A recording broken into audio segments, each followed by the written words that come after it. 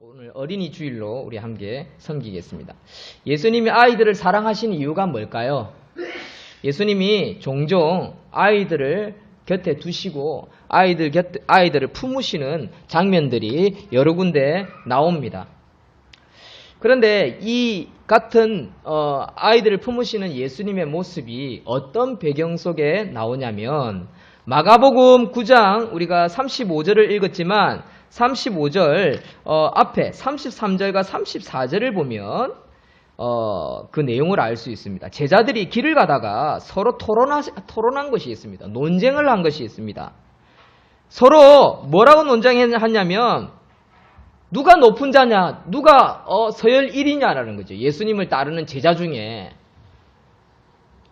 그때에 예수님이 35절에 말씀하신 것입니다. 35절 다시 읽겠습니다. 시작.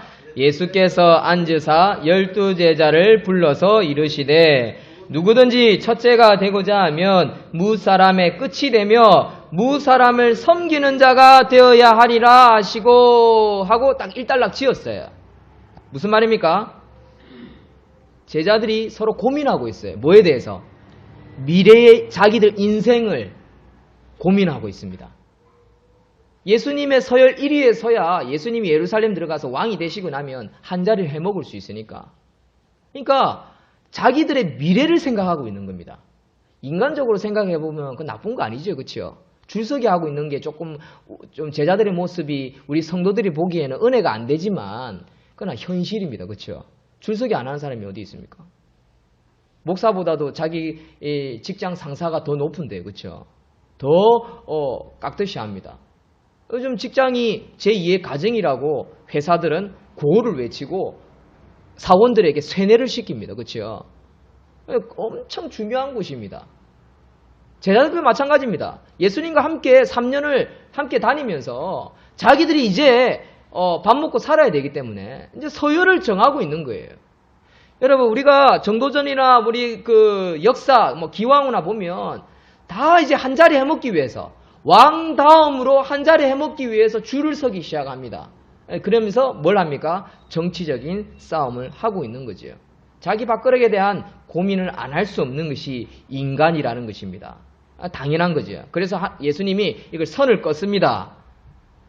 천국에는 섬기는 자가 되어야 첫째가 된다 라고 이야기를 합니다. 잘 섬겨야 된다.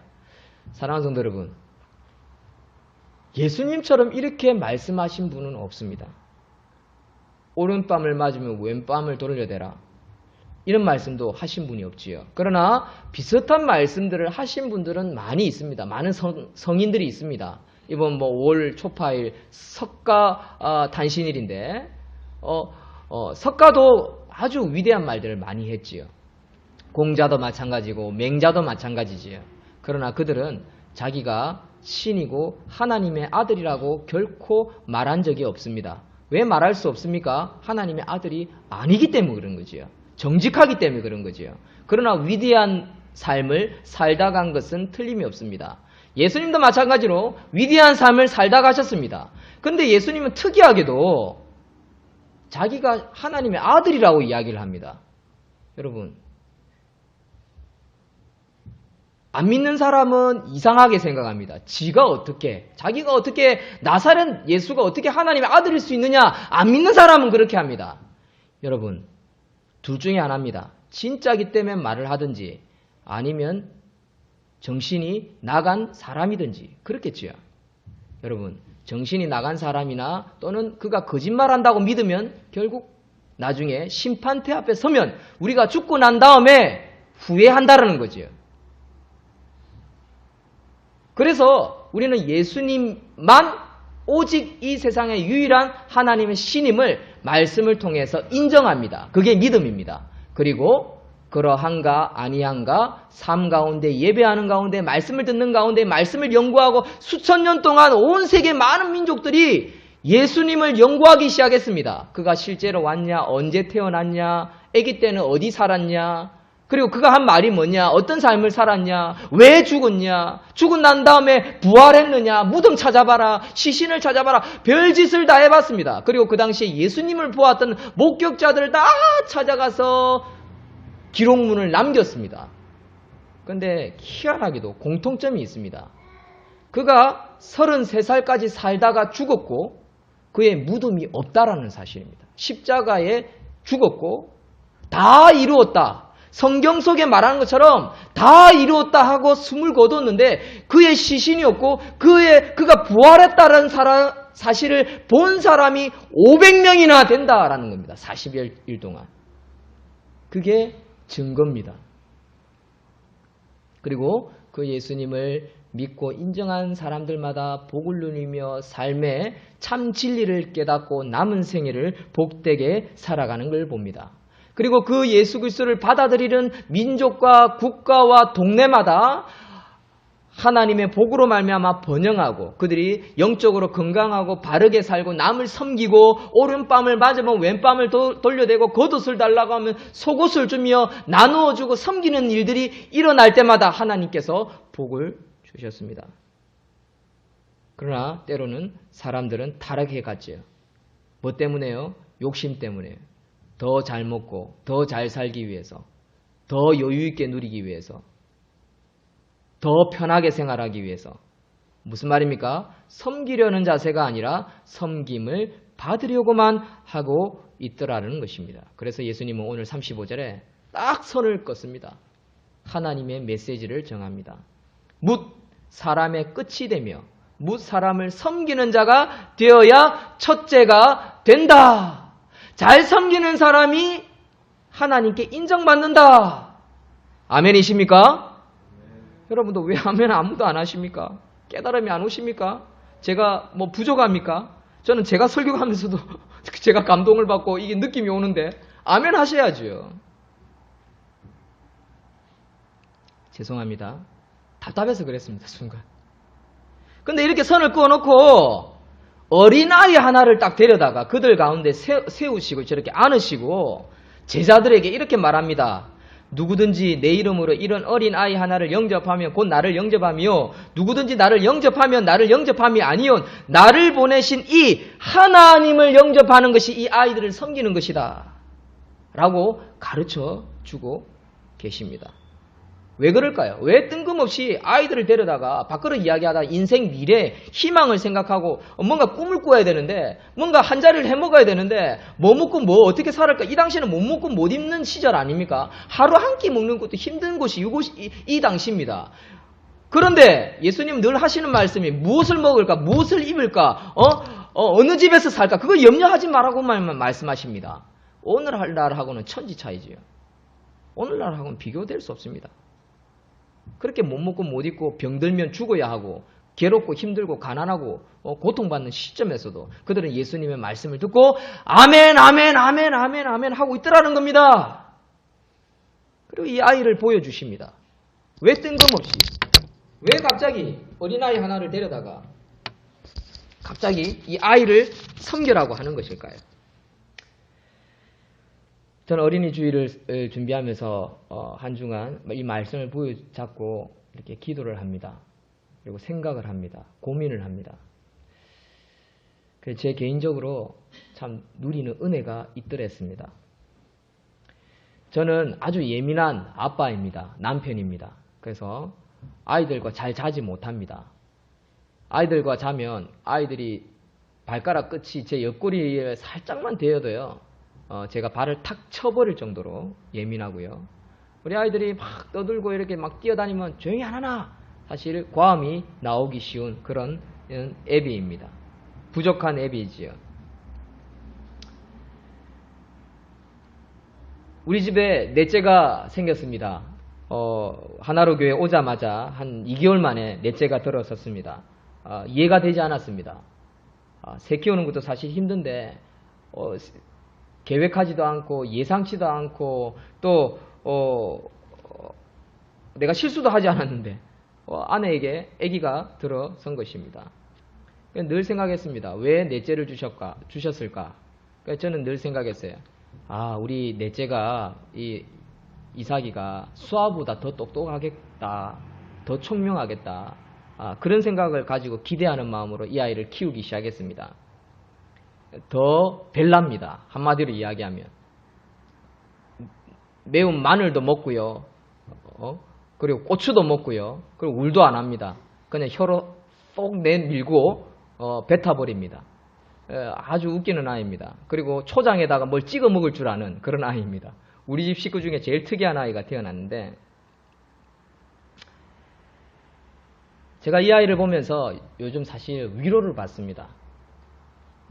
어떤 위로를 받느냐면, 우리 하나로 교회를 섬기다 보니까 이제 2년 반쯤 지나니까 제가 매너리즘에 빠지기 시작하고 제가 조금씩 지쳐가는 것을 느꼈습니다.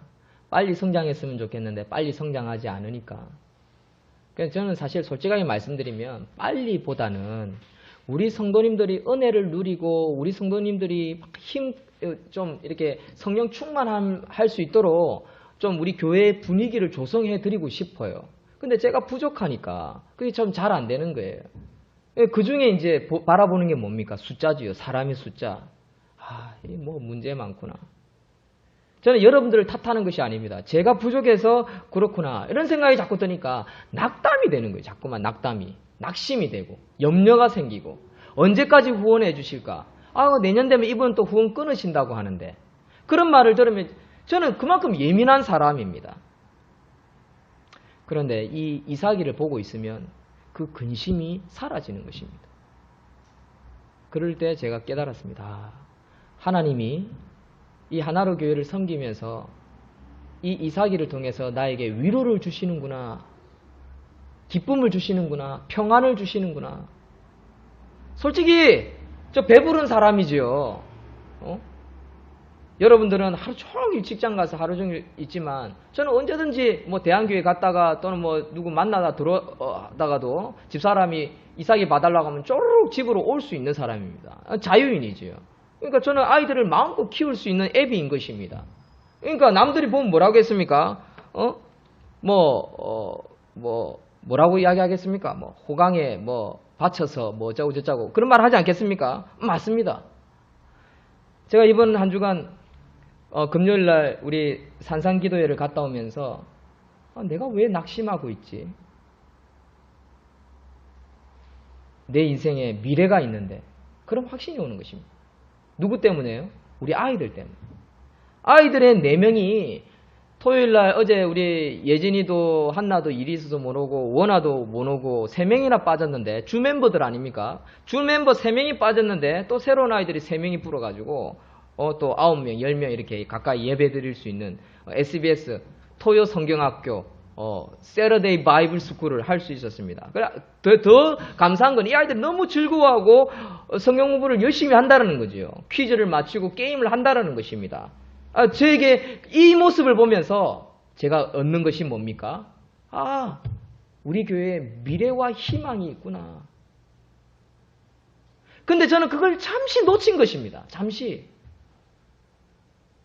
여러분들은 그렇지 않습니까?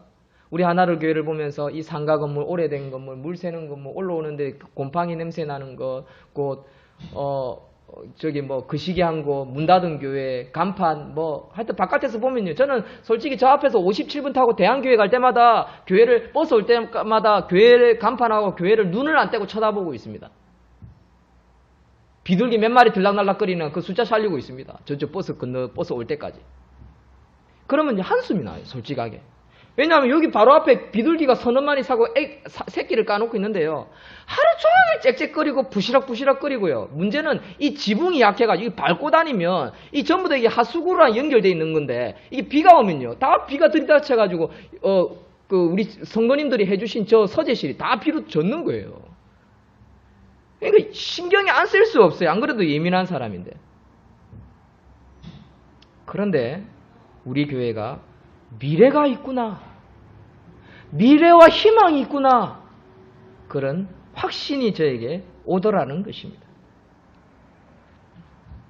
저는 작은 것에 쉽게 웃고 작은 것에 엄청 힘들어합니다. 그래서 너무 예민하지요. 그래서 좌절할 때도 있고 어떨 때는 너무 긍정적인 생각을 가질 때도 있습니다. 낙담이 되는 가운데에 그렇게 이삭이를 보면서 그런 깨달음이 왔습니다. 물론 이 아이들을 키워주는 아내에게 참 감사합니다. 4명 키운다고 얼마나 고생하는지, 애 4명 키우면서 산상기도도 준비하면서 식사 준비하고 장 보고 하는 모습 보면서 참 감사하게 생각합니다. 욕심이 많은 남편이라서 성경도 더 많이 읽고 기도도 더 많이 했으면 하는 마음에 푸시할 때마다 솔직한 말로 뒤에서 조금 미안한 마음도 들기도 합니다.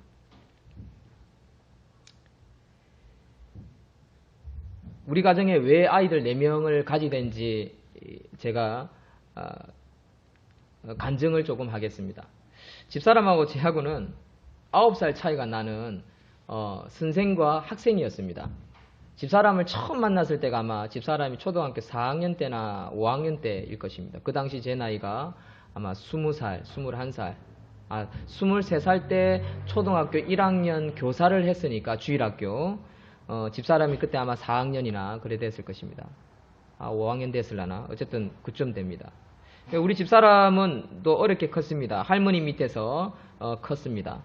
그리고 여기 동생들이 있지만 할머니가 여러 아이들을 이렇게 거둬서 섬겨주는 참 귀한 한 교회 집사님이셨습니다. 아이들을 좋아하는 할머니이셨죠.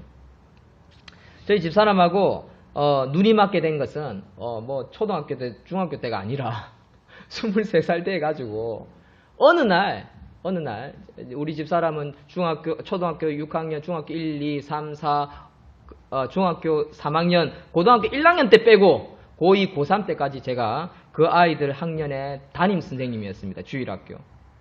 뭐 집사람보다 좀 더 친한 아이들이 또 많았죠. 그래서 어떤 연결고리가 사실 생길 수 있는 어떤 그런 관계가 아닙니다. 23살이 되어서 할머니가 돌아가시고 집사람도 어려움을 겪고 있었습니다. 그리고 청년 수련회에 천안에 올라온 적이 있었습니다. 그래서 한 몇 년 만에 참 오랜만에 우리 집사람을 만났습니다. 그리고 우리 집사람과 별 이야기 안 하고 그냥 눈인사만 하고 헤어졌습니다. 그리고 며칠 후 우리 집사람에게 사건이 터졌습니다. 어느 날 밤늦게 다니다가 치안에게 위험한 상황에까지 갔습니다. 다행히도 이 치안이 동네 사람과 또 집사람의 집사람의 동생의 친구죠. 지나가면서 언니 무슨 일이냐 라고 해가지고 그 동생과 함께 골목을 뒤져서 그 남자를 잡았습니다. 알고 보니까 경성대 학생인 것입니다. 대학생이 술 처먹고 밤에 지나가는 여자를 건드린 것입니다.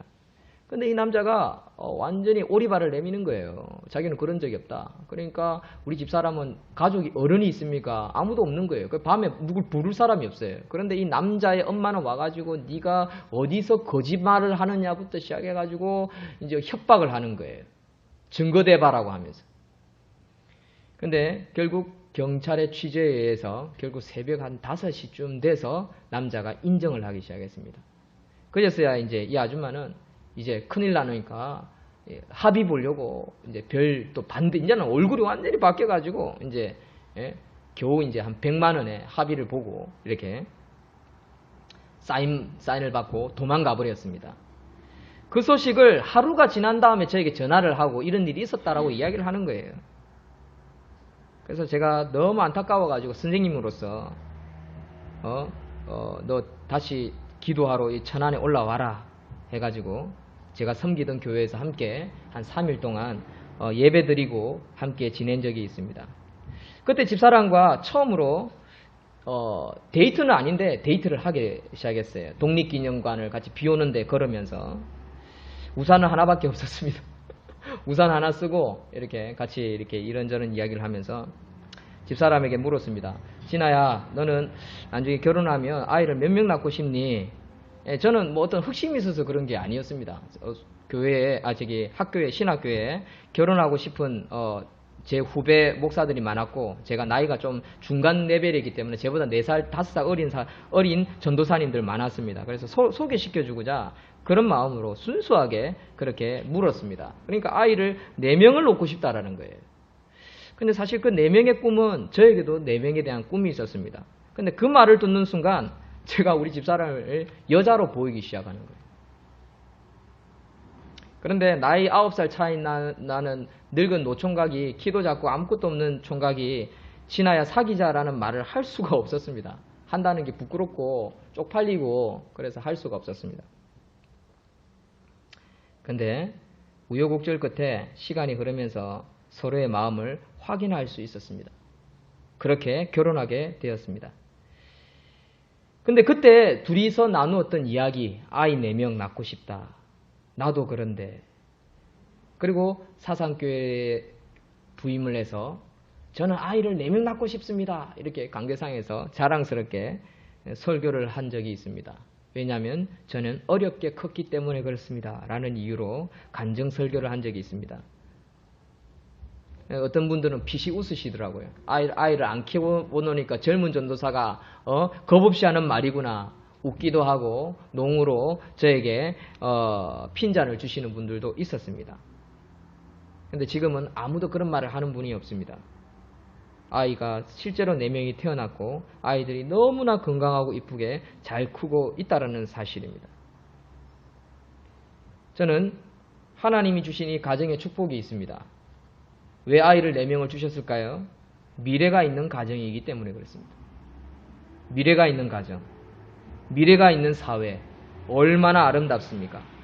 그런데 우리 사회는 죽어가고 있다는 사실입니다. 아이들이 죽어가고 있습니다. 아이들을 낳지 않고 있습니다.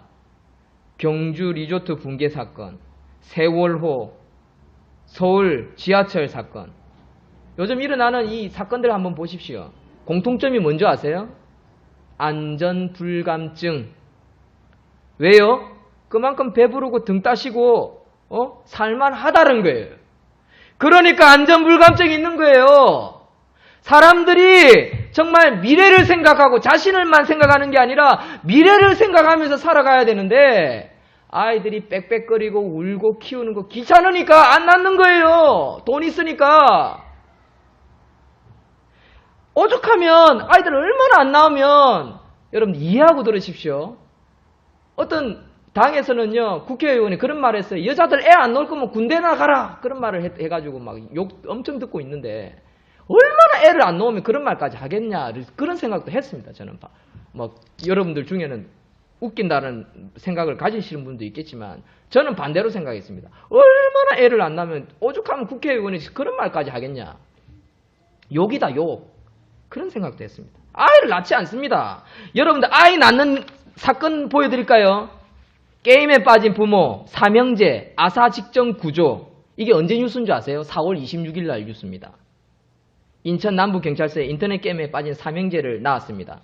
돌보지 않아서 영양실조에 걸려 있습니다. 남편 A씨가 28살이고요. 부인이 22살입니다. 그냥 둘이서 언제 만났을까요?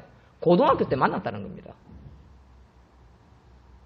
여러분 C군 2살, 생후 15개월 된 쌍둥이 형제를 돌봐 안아가지고 아사 직전까지 무슨 아프리카 원주민입니까? 아사 직전까지 가게 해요. 몸무게가요 정상이 10kg에서 13kg가 돼야 되는 아기가 4kg, 6kg밖에 안 된답니다. 여러분 애 낳는 일이요 온전한 가정을 이루어서 애 놓는 게 아니라 그냥 나쁜 짓 하다가 애 낳았다고요. 그리고 애 놓고도 돌보지도 않습니다. 뭐 때문에 그렇습니까? 자기 자신밖에 모르는 겁니다. 그만큼 배부르고 등 따신 거지요. 놀고 있는 거지요. 여러분 4월 14일에는 이런 뉴스가 나왔습니다.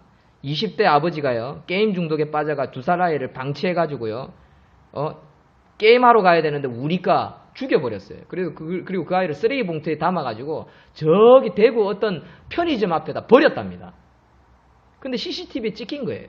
이게 어느 나라에서 일어난 건지 아십니까? 우리나라에서 일어났어요. 50대 할머니, 50대 초반의 할머니가요, 자기 딸이 고등학생인데 아기를 낳았어요. 손주지요. 갖다 버렸습니다. 우리 사회는 한마디로 죽어가고 있습니다. 죽어가고 있다고요. 뭐가 없습니까? 미래와 희망이 없는 것입니다. 예수님은 바로 이 아이들을 앉혀놓고 우리에게 무엇을 보여주시는 겁니까? 미래와 희망을 보여주시기 위해서 이 아이들을 제자들에게 보여주고 있는 것입니다. 이 당시는 여자와 아이들은 숫자에 포함되지 않았습니다. 무시했다고요. 무슨 말입니까? 무시하지 마라. 이들을 섬겨라. 그래야 너희들의 미래와 희망이 있다. 너희의 노후가 보장된다. 이런 말이에요. 여러분들, 저와 여러분들 나이 들어가지고 우리 어르신들 나이만큼 되면요, 여러분들 저 먹여 살려주는 사람 아무도 없습니다. 깨놓고 이야기해서 저는 지금 5째 하나 더 놓고 싶다라는 생각이 들 때도 있어요. 욕심이. 솔직한 말로. 근데 욕심이다 싶어요. 솔직하게. 여러분, 미래와 희망을 제거하려는 이들이 있었습니다. 애굽 왕 때 보십시오. 모세가 태어났습니다. 이스라엘 백성들이 애굽의 포로 생활로 있을 때 모세가 태어날 직전에 아이들을 다 죽이려고 들었습니다. 산파를 시켜가지고 남자면 죽이고 여자면 살려두라.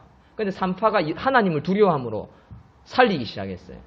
그 중에 살아난 사람이 누굽니까? 모세죠. 모세. 누구의 미래입니까? 이스라엘 민족의 미래였습니다. 예수님이 태어나던 헤롯 왕 시절 보십시오. 예수님이 태어난다. 이 시대에 하나님의 아들 왕이 오신다라고 하니까 헤롯 왕이 아들을 다 죽이라고 했습니다. 무엇을 없애기 위한 겁니까? 미래를 없애기 위한 것이라는 겁니다. 여러분, 마귀는요, 저와 여러분들의 미래, 이 사회의 미래를 없애기 위해서 아이들을 싫어한다는 것입니다. 싫어하게 만든다는 것입니다. 자기 자신밖에 모르기 때문에. 그래서 저도 이 말씀을 준비하면서 정말 내가 회개해야겠다. 저도 사실 설교하는데 아이들이 울고요 하라면요, 금방 그 아이에게 눈이 가고요, 마음이 막 흐트러져요. 또 여러분들이 마음이 흐트러지는 게 보여요. 뭐 산상기도에 갔을 때 우리 한나가 이라니까, 그렇죠? 자꾸 우리 마음이 흐트러지는 게 느껴지지 않습니까? 그래요. 그래서 자꾸 아이들을 교회를 갖다가 따로 예배드리라고 하고 가둡니다. 아이들은 TV 보고 예배드려요. 그게 무슨 예배가 되겠습니까? 그게 무슨 훈련이 되겠습니까? 그러니까 초등학교 때까지는 엄마 옆에 있고 싶은데 엄마 옆에 못 있게 하고, 중학교 돼가지고 자기 마음대로 하고 싶은데 자기 마음대로 실컷 합니다. 자기들끼리 예배드리고, 이제 청년 돼서 어른들과 함께 예배드려야지. 싫은데요. 재미없는데요. 왜 우리가 어른들과 함께 예배드려야 되죠? 왜 우리가 어른들을 섬겨야 되죠? 어른이 해주신 게 뭐죠? 왜 그런 말 할까요? 그럼 바로 우리가 잘못 가르쳤기 때문에 그렇죠. 우리가 바르게 가르치지 않고 그 아이들에게 하나님이 어떤 분인지, 말씀이 무엇인지, 기도가 무엇인지 우리가 인내하면서 섬기지 못했기 때문에 그런 결과가 나왔다는 것입니다. 제가 늘 종종 예를 들지요. 1,500명, 2,000명 되는 교회에 주일학교가 300명이고 중고등부가 300명이고 그런 교회, 역사가 있는 교회, 제가 섬겼던 교회 이야기했죠. 수십억을 들여서 그 아이들을 10년, 15년을 양육했더니 20대 결혼해가지고 그 교회에 남는 숫자가 몇 명이냐? 1년에 2가정에서 3가정. 담임 목사가 이런 생각을 했습니다. 도대체 우리가 무슨 교육을 했냐? 무슨 교육이었냐? 이스라엘 백성들은 언어를 잃고 나라를 잃고 저렇게 1500년 동안 디아스포라 흩어져 가지고 살았지만 저들은 신앙을 지키고 믿음을 지켰는데 왜 그들은 믿음을 지킬 수 있느냐? 3대가 할아버지, 아버지, 아들이 함께 예배드리고 함께 성경을 보고 함께 기도하고 함께 밥을 먹고 함께 하나님을 섬기니까 그들이 섬기더라. 우리가 구약으로 돌아가야 된다. 말씀으로 돌아가야 한다. 라고 외치는 운동도 있습니다. 여러분, 우리 자녀들을 잘 키워야 합니다. 우리의 미래와 희망인 것입니다. 아멘이십니까? 다 같이 말씀 읽겠습니다. 말씀 하나 읽겠습니다. 시편 127편 4절 시작. 젊은 자의 자식은 장사의 수중의 화살 같으니. 여러분, 기왕후나 우리 영화 이런 데 보면요, 활을 잘 쏘는 주인공이 활을 막 쏘다가 뭐가 떨어지면 난처해야 합니까? 화살 떨어지면 난처해야죠. 죽는 겁니다. 궁사는요, 멀리서 칼제비들, 창제비들, 기마병 다 쏴 죽입니다. 그러나 가까이 오면 자기가 죽는 겁니다. 막을 수 있는 게 없어요. 활로 뭘 막는단 말입니까? 도망요, 한계가 있습니다. 칼에 스쳐만 죽는 것입니다. 그런데 뭐라고요? 젊은 자의 자식은 그 장사의 수중의 화살과 같아. 여러분, 저는 전통이에요. 살이 몇 개 꽂혀 있냐면 4개가 꽂혀 있는 거예요. 그러면 적군이 4명은 와도 내가 4명은 죽일 수 있는 거예요. 그만큼 자식이 중요하다는 것을 성경은 우리에게 가르쳐 주고 있습니다. 잘 키워야 합니다. 어떻게 잘 키울 수 있을까요? 말씀과 기도 외에는 없습니다. 제가 목사가 예민하고 저 별 볼 일 없는 아빠라고 이야기를 했지요. 제가 우리 아이들 뭘 잘 키우겠습니까? 그러나 딱 한 가지 잘하는 게 있습니다. 말씀. 하나님. 엄마 아빠보다도 더 두려워야 되는 사람은 하나님이다. 근데 이제 문제는 우리 이삭이는 보면 엄마를 안 두려워해요. 아빠 눈치만 봅니다. 엄마하고 이모하고 있으면 이삭이가 한나를 계속 괴롭혀요. 우리 집 일진입니다. 막 붙잡고 건들고 빼앗고 막 우리 집 일진입니다. 근데 아빠만 오면 순한 양이 돼요. 주기 싫던 거 빼앗던 거 다시 주고요. 뭐 사탕 있으면 하나 주고요. 근데 제가 없으면 안 줍니다. 여러분, 가정의 아버지는요, 하나님의 형상입니다. 하나님이 눈에 보이지 않기 때문에 아버지는요, 하나님의 형상이기 때문에 그 역할을 대신해야 하는 자입니다. 그래서 준비가 필요한 겁니다. 특히 여기 아버지가 될 사람 2사람 있죠. 청년 둘이, 아들 2이가 있는데 잘 들으십시오. 아마 오늘 많은 걸 배울 겁니다. 많은 걸 느낄 겁니다. 저도 이제 앞으로 이제 사역을 하다 보면 젊은 가정들을 섬기면서 우리 가정이 보여줘야 할 모범적인 사례가 되는 가정이 되어야 한다고 저는 생각하는데, 어쨌든 여러분들 가정을 이루는 게 중요한 겁니다. 제가 많은 사람을 만나는데 아이 하나 낳고 있는 30대 초반 남자들 많이 만나거든요. 아이 하나 더 낳아야죠. 우리 집은 넷인데. 그러면 헐, 다 막 놀라운 경외로운 눈빛으로 저를 쳐다보고 있습니다.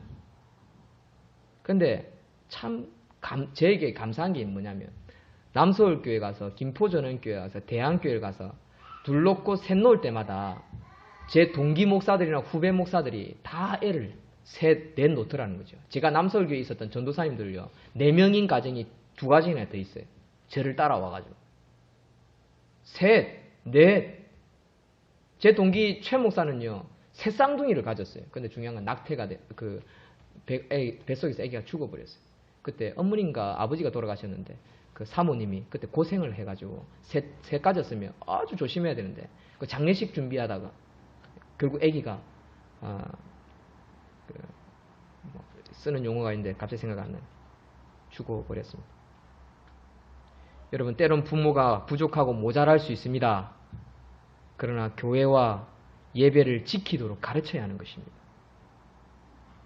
아이들은 순수합니다. 조금만 더 머리 크면 걷잡기 힘듭니다. 그러나 이 아이가 미래입니다. 머리가 커지기 전에 교육을 시켜야 하는 것입니다. 여러분, 우리 오늘 주보에 보면, 저는 이런 말을 하는 걸 별로 좋아하지 않습니다. 이해하고 들으십시오. 기부헌금을 내신 집사님이 계십니다. 떡집을 하시는 분인데 큰 교회 드리는 것보다는 개척교회 섬기고 싶습니다 하고 기부헌금을 하셨습니다. 여러분, 우리가 또 이 헌금들 뿐만 아니라 지금 세월호 헌금을 모으고 있습니다. 그리고 그것을 사람의 이름으로 내는 것이 아니라 교회 이름으로 냅니다.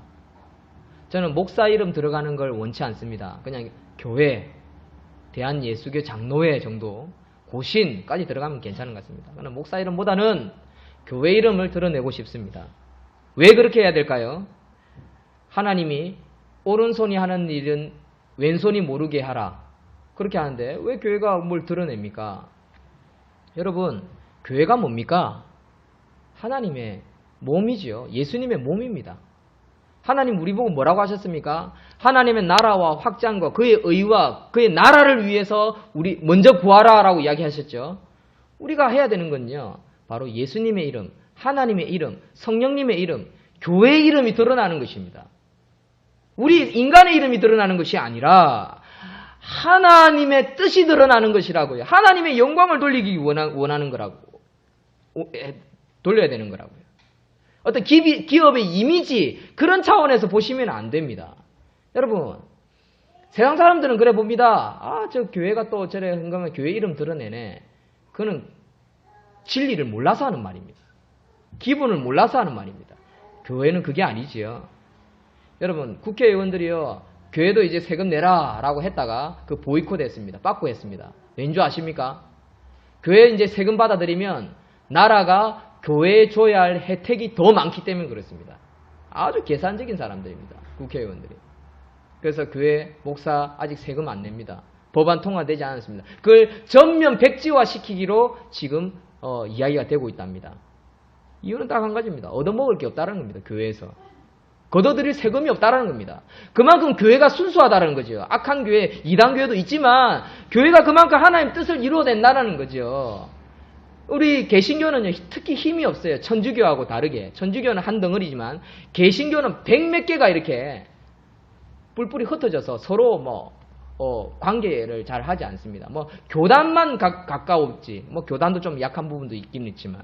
그래서 사실 힘이 없어요. 그래서 언론 플레이를 할 수 없어요. 불교나 천주교처럼. 내 탓이요. 이런 광고를 하는 천주교 얼마나 잘합니까? 신부 딱 드러내고, 교황 딱 드러내고, 얼마나 잘합니까? 그러나 근본은 교황, 신부, 사람의 이름을 드러내는 게 중요한 것이 아닙니다. 하나님의 이름, 성경의 말씀이 진리인가, 말씀이 바른가, 그것을 드러내는 것이 중요한 것이지요. 이유가 뭡니까? 하나님의 영광을 위해서. 교회는 그리스도의 몸인 것입니다. 아이들이 이 교회를 사랑하게 만들어야 합니다. 이 교회를 섬기게 만들어야 됩니다. 교회를 통해서 말씀을 배우고 기도로 자라난다면 아비가 부족하고 어미가 부족하고 별 볼 일 없어도 미래와 희망이 있다라는 사실입니다.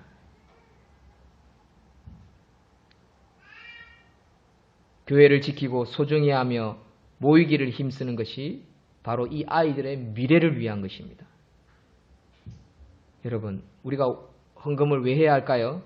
바로 교회를 바르게 세우고 건강하게 세워서 우리의 후손들이 이 교회를 통해서 말씀을 배우고 기도를 통해 하나님의 말씀을 온전히 실천할 수 있도록 개혁해가는 그런 교회, 그리스도의 몸을 만들기 위한 겁니다.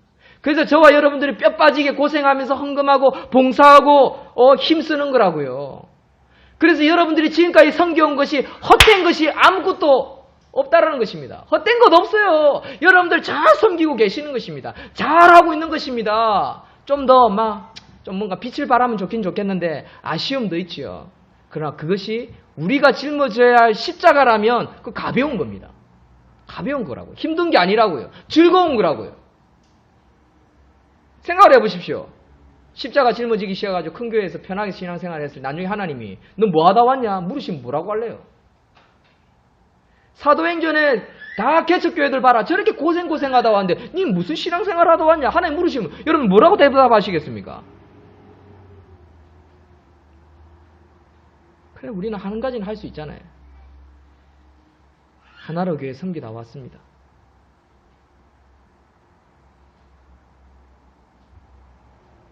그 이름도 없는 교회, 문 닫은 교회, 사람 몇 명 안 되는 교회, 너 섬겼구나. 그런 말 듣지 않겠습니까? 저는 늘 그런 생각합니다. 저는 많이 부족합니다. 부족한 목사, 부족한 아비입니다. 그러나 저에게 딱 한 가지 위로가 된다면 저의 이 초이스, 이 선택이 시간이 흐르면 흐를수록 더 확고해지고 있다는 겁니다. 비록 좀 힘들고 때로는 매너리즘에 빠지기도 하고 여러분들의 부르짖음과 기도가 필요한데 듣지 못할 때 좀 아쉬움도 있고 또 지치기도 하지만 그것도 제가 짊어져야 할 십자가겠지요. 성도들이 많아가지고 아멘 해주고 목사님 우리 목사님 그것도 좋겠지만 그래도 멀리서 와주고 들어주시고 인내해주시고 힘들어도 힘들다라는 내색 안 해주시고 기다려주시고 어려운데도 여러분들 헌금하시고 얼마나 귀합니까? 그거 교회 섬기는 거 아닙니까? 그게 초대교회 아닐까요? 그게 미래와 희망이 아닐까요? 그래서 저는 오늘 이 설교를 하는 것이 너무나 기쁩니다. 저에게 위로가 되고 또 저와 우리 참착한 하나로 교회 위로가 되기 때문에 미래와 희망입니다. 감사하며 우리가 살아갈 수 있는 저와 여러분들이 되었으면 좋겠습니다. 기도하겠습니다. 하나님 감사합니다.